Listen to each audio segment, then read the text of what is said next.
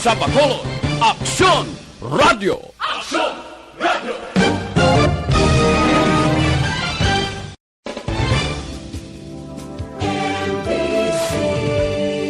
Manila Broadcasting Company. Sa balita, komentaryo, isyu, serbisyo publiko. Aksyon Radio! Sa Bacolod, Aksyon Radio! Aksyon Radio!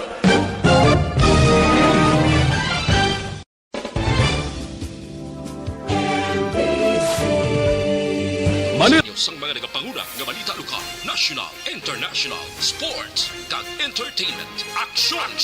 Balita Evening Edition. Kag karon ang inyo news team. Una sa balita, una sa aksyon. Mayong gabi syudad sa Bacolod, Western Visayas, kag bugos nga Pilipinas. Welcome na sa pagpangalagad sang aksyon balita Evening Edition. Karon nga daw Merkules sa Abril 6, tuwing 2022. Kita live sa aming official Facebook page kag sa YouTube channel ang Aksyon Radyo Bacolod kag babatian pa sa www.aksyonradyobacolod.com.ph. Kaming inyo mga tag-balita. Aksyon and Defenso. Kag Action Dale Salazar para sa mga headlines. Una kita sa mga balita lokal. Ordinansa nga nagahatag sang benepisyo sa Bacolod Traffic Enforcers, aprobado na sang SP. Booster shots ginaduso ni Governor Lacson. Sa balita national, Briones nanawagan hindi pag-isahon ang in-person classes kag COVID-19 vaccination sa mga eskwelahan. Pare, gin-suspend matapos magpapili konsehal. Detalye sa mga balita lokal pagkatapos gid lamang sini. The Candidates Forum. The Candidates Forum, hibaloon ang mga plataporma di gobyerno. Usisaon ang nahimuan kag inagihan sa mga politiko. Patpaton ang mga proyekto nga ila ginaplano.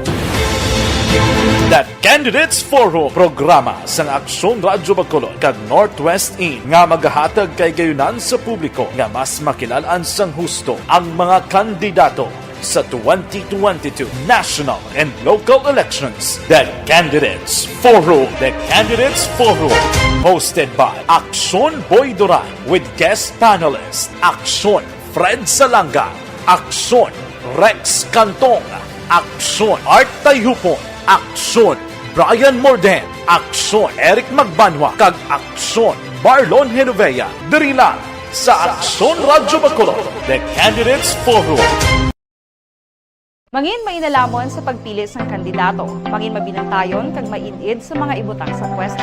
Umpisahi ang pagbago paagi sa wais sa pagpili karon nga eleksyon. Yari ang pila ka mga tips para sa wais may nalamon kag insakto nga pagpili sang pagabutohon. Una, maghimo sang listahan sa mga kandidato kag maghimo sang listahan sang posible iboto. Ini ang pwede mo ibase sa ila plataporma kag mga panindugan sa kada isyu. Ikaduha, kibalua ang mga isyu o kontupiko nga importante sa imo bilang isa ka botante. Magdesisyon kung ang para sa imo nga tupiko nga dapat hatagan sang pagtamod, isyu kaangay sang government transparency, human rights, unemployment, korupsyon, kapigaduhon, mataas nga crime rate, rural area development, mga environmental issues kaangay sang polusyon, COVID-19 kag iban pa. Ikatatlo, kilalaha ang mga kandidato. Agud nga mas makilala ang mga kandidato, i-konsiderar ang pila ka mga puntos kaangay sang paglantaw sang debate kag public discussion sa mga kandidato kag hibalua ang leadership background o kon eksperyensya sa pagpamuno kag performance sa isa ka kandidato. Ikaapat kag ang labi nga importante sa tanan,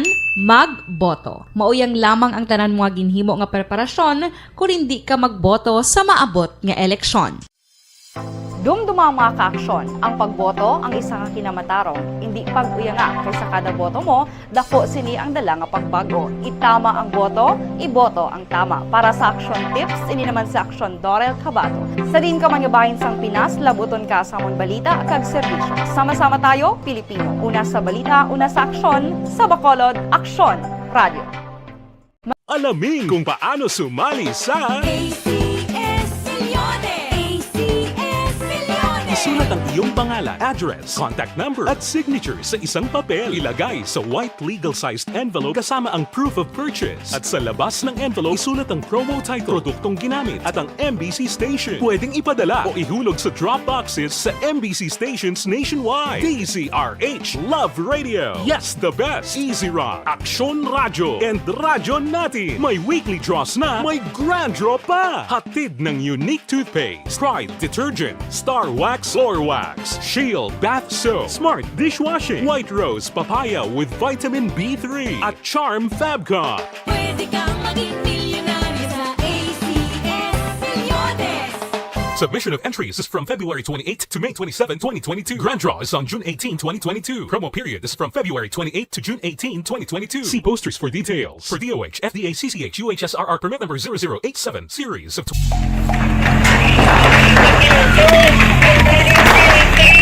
Pressure na tayo! Pressure!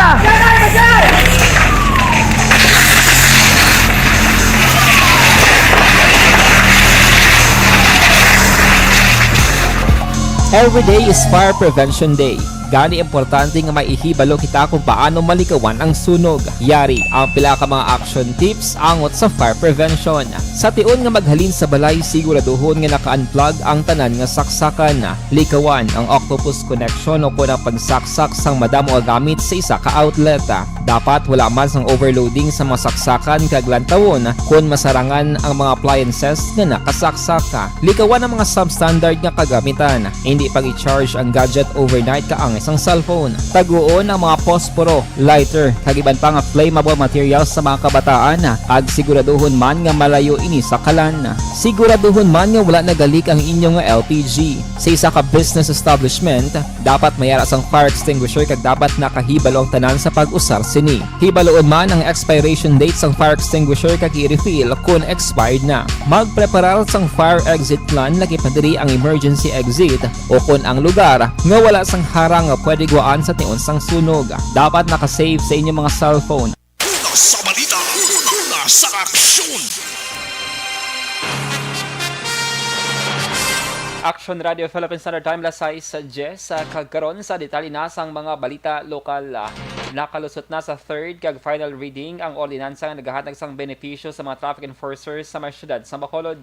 Ang ordinansa nga in-author ni Bacolod Councilor Dindo Ramos kag ginanimo sa ginaprobahan sa virtual session sang sangunang panglungsod subong nga hapon.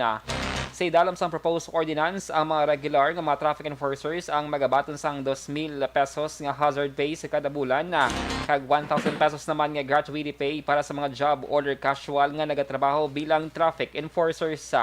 Samtang aprobado naman sa third kag final reading ang ordinansa nga gin-author man ni Ramos nga nagahatag naman sang bulanan nga pagkilala sa mga outstanding traffic enforcers.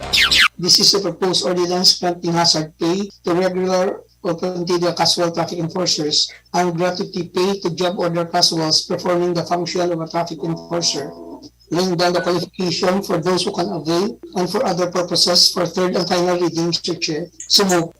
Nabatian si Bacolod Councilor Dindo Ramos.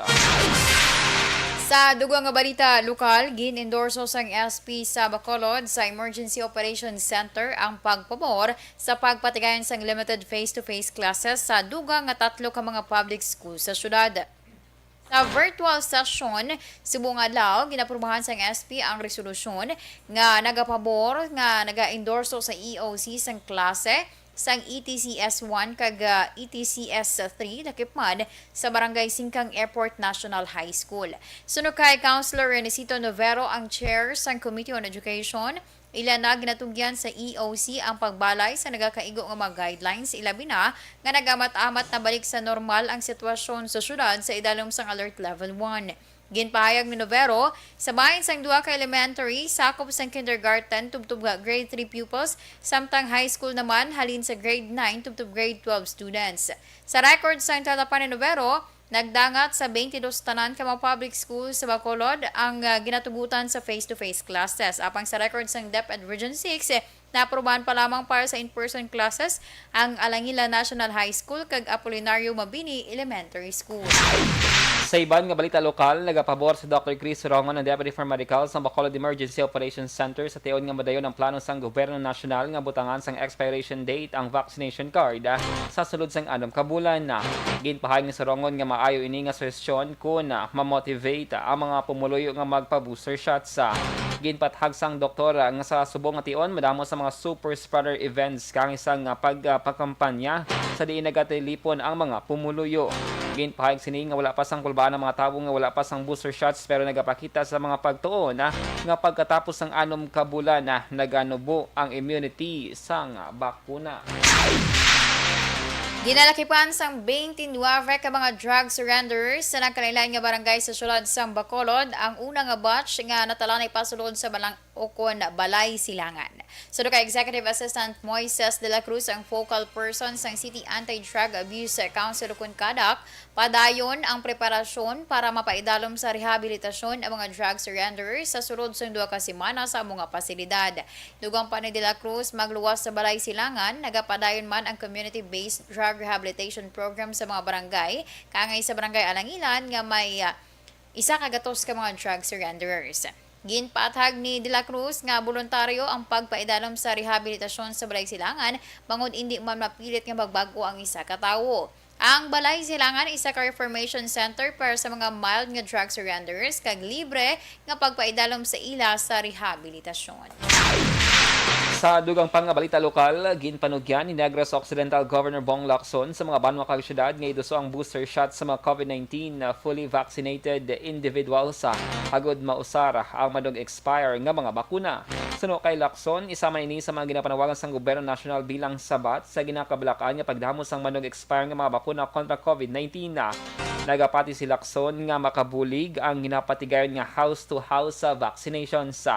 Nagligad nga adlaw ginpahag ni Dr. Claudelia Pabilo in charge sa Provincial Storage Facility for COVID-19 vaccines nga may masobra 221,000 kadoses ang makuna ang maga-expire sa mabot nga Abril 30 tuig 2022.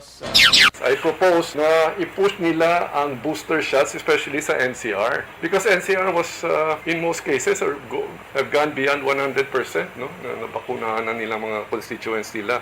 So why don't they now push for booster shots in that area para ma-consume man yung mga vaccines that are about to expire. Nabatian na si Governor Bong Lacson.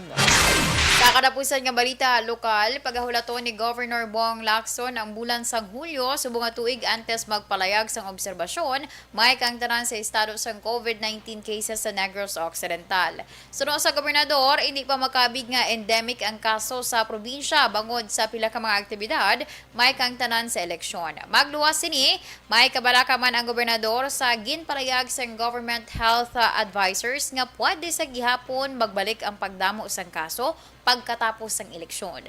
Pila sa ginbasihan sa health experts among ukon amo ang mga super spreader events pareho sa pagpangampanya sa mga kandidato kag ang mismo adlaw sang eleksyon sa Mayo 9, 2022. Sa datos tubtob Abril 5, 2022 ang Negros Occidental may 27 na lamang kanabilin nga COVID-19 active cases. Sunod sa gobernador, ini ang ginakabig nga pinakanubo nga kaso sa probinsya. Una sa balita, una sa aksyon. Lasay sa 16 Aksyon Radio Philippine Standard Time D3 Biofood Supplement mga kaaksyon ang The Candidates Forum. The Candidates Forum, hibaloon ang mga plataporma di gobyerno. Usisaon ang nahimuan kag inagihan sa mga politiko. Patpaton ang mga proyekto nga ila ginaplano. The Candidates Forum, programa sang Aksyon Radyo Bacolod kag Northwest In nga magahatag kay gayunan sa publiko nga mas makilalaan sang husto ang mga kandidato sa 2022 national and local elections. The Candidates Forum. The Candidates Forum. Hosted by Aksyon Boy Duran with guest panelist Aksyon Fred Salanga, Aksyon Rex Cantong, Aksyon Art Tayhupon, Aksyon Brian Morden, Aksyon Eric Magbanwa, kag Aksyon Marlon Genovea. Diri lang sa Aksyon Radyo Bacolod. The Candidates Forum. Mangin mainalamon sa pagpili sang kandidato, mangin mabinantayon kag mainid sa mga ibutang sa pwesto.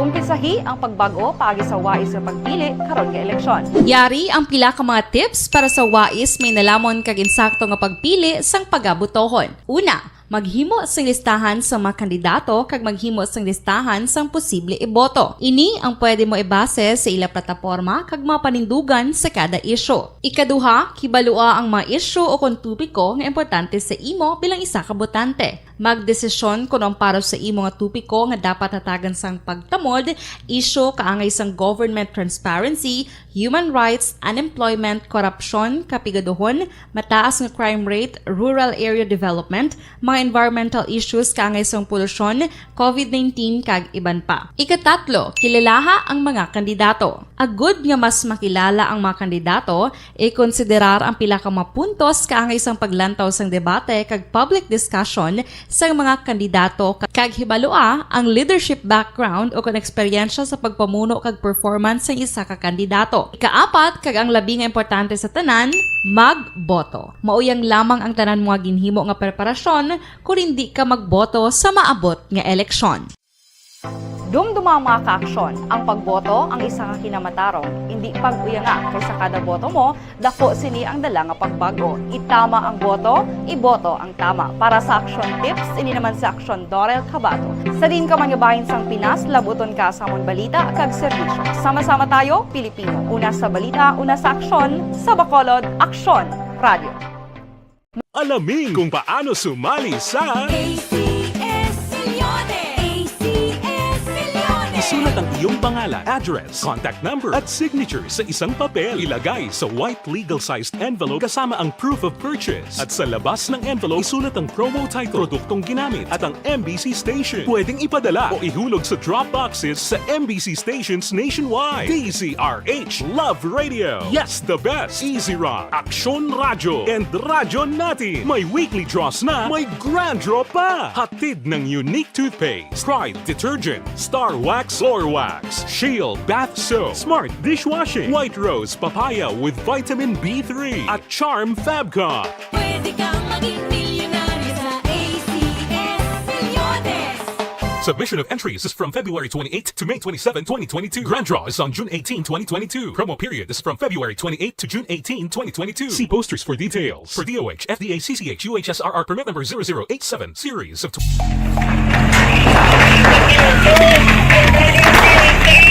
Pressure na tayo! Pressure na!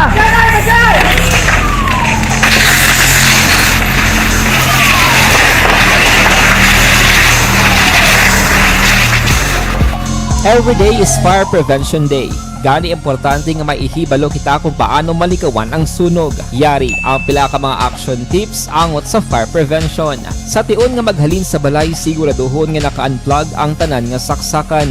Likawan ang octopus connection o kung ang pagsaksak sang madamo gamit sa isa ka outlet.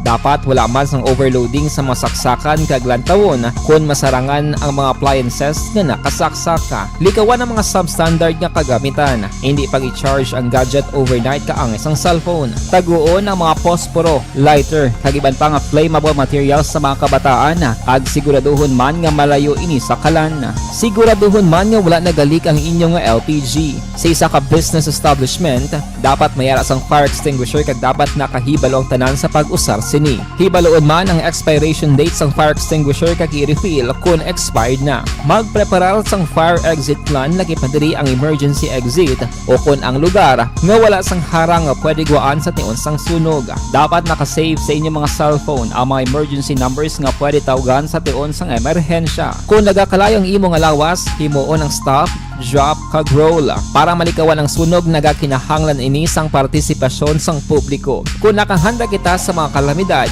dapat preparado man kita sa sunog. Ini sa Action Daily Salazar para sa action tips nga nagapahanumdom nga maghalong sa tanan nga tion. Bangod sa pamahog sing COVID-19 pandemic, madamo sing kompanya kag local government unit ang nagpatuman sang work from home sa ilang mga empleyado. Naga-work from home kung naka-close contact sa nagpositibo sa virus o kung mismo nagpositibo sa COVID-19. Madamo sang benepisyo ang mahatag sang work from home, pero hindi naton malikawan nga ma-bored kag ma-stress bangod sa sini nga setup sa masobra na isa ka tuig nga pagpakiaway sa COVID-19. Base sa pagtuon sa United Nations International Labour Organizations, nagatugas sing stress ang tuman niya pag-usas ng gadgets kangay sa cellphone kag computer. Gani, iyaray tila ng mga poslanong nga action tips sa mga nag-work from home. Una, mag-set up sa workspace sa mga balay sa tuyo nga makafocus sa imong trabaho. Ang workspace ay hindi kinahanglan nga dako nga kwarto, ang importante, komportable ka sa imong trabaho. Matapos ang pila ka oras nga nagapungko ka mag-computer, dapat may tion nga mag-stretching agud malikawan nga ma-strain ang imong likod o konliog. Time management. Manghimo sa imong time schedule kag mga talapuson nga trabaho para mangin organisado. Magkaon sa husto nga tion, labi na ang pamahaw kag pilion mapagkaon nga maka-boost sa imong memory, concentration kag alertness kaangay sa pumpkin seeds kag dark chocolate. Kung mayaras mga online meetings, advance sa ipahibalo sa imong mga upod sa balay, agud malikawan ang mga disturbo. Ang pigaw nga internet connection ang makatugas sa stress, gani ipreparar ang backup kaangay sa ibang network na may maayong signal para sa mobile data. Take a few breaks. Ini sa tuyo nga hindi ma-drain ang imong brain, maghampang sa imong pet o kung magpumatit sa music. Sa tion nga may concern kag problema, ipabalo sa imong team leader o kung sa boss para masolusyonan. Sa work from home nga setup, ikaw ang may uyat sa imong nga oras. Makasave ka sa plete, makasave ka sa pagkaon, makasave ka sa kwata, kag makaupo no pa ang imong pamilya. Ang work from home ay may madamo nga hangkat, pero mas madamo sa gihapon ang mahatag nga benepisyo. Ini si Action Daughter Cabato para sa Action Tips, una sa balita, una sa aksyon sa Bacolod, Action Radio. Bukod sa pamahog sing COVID-19 pandemic, Lasay sa 24 Action Radio Philippine Standard Time. Kagkaroon sa detalye na sang mga balita nasyonal. Nagpanumdum sa Education Secretary Leonor Briones ng hindi pag-usaron ang mga bulutuan bilang COVID-19 vaccination sites kung nagapatigayo na sang limited in-person classes. Sa laging handa briefing, ginpahayag ni Briones ng vaccination sites ang dapat separado kung sa diin may ginapatigayo na nga klase para masiguro nga malikawan ang exposure sang mga kabataan. Wala ginpalayag ni Briones kung pila karon ka mga bulutuan ang ginausar bilang vaccination sites. Sang Martes nga daw gin-report sang Department of Education nga 17,524 ka mga public ug private schools ang nagapatigayon na sang limited face-to-face classes sa gining 30% sang kabugusan nga numero sa mga bulutuan na nationwide. Gin-suspend ang isa ka pari matapos nagpapili bilang konsehal sa 2022 nga national kag local elections. Ginahimo ni Sorsogon Bishop Most Reverend Jose Alan Dialogo ang anunsyo. Mayangot sa suspension ni Reverend Father Emmanuel Alaparce sa isa ka circular nga ginpost sa Facebook page sa Diocese of Sorsogon.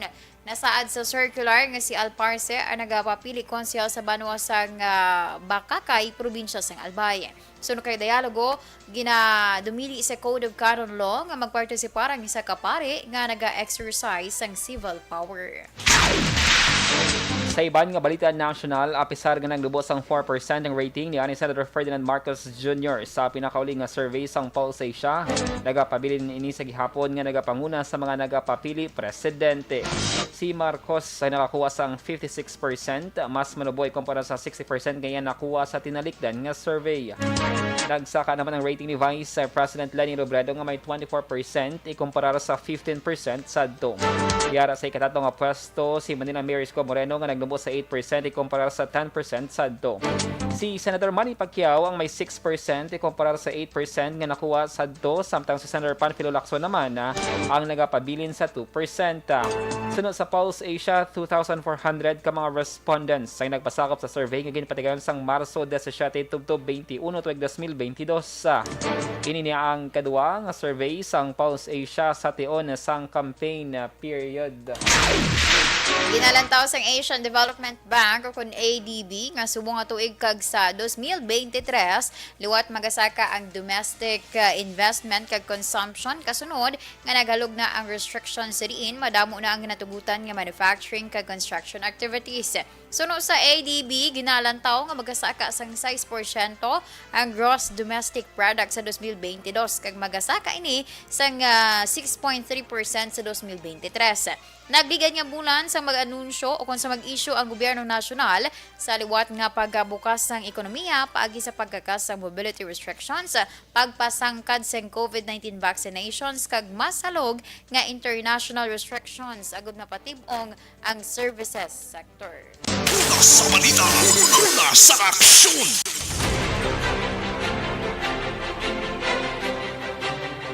Action Radio Philippine Standard Time las 6:28. Inyo nabatian ang kabugusan nga mga balita sa Action Balita Evening Edition.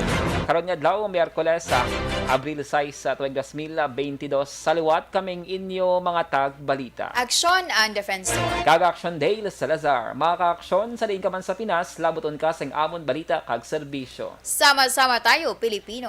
Una sa balita, una sa aksyon, Sa Bacolod, Action Action Radio. Number 1.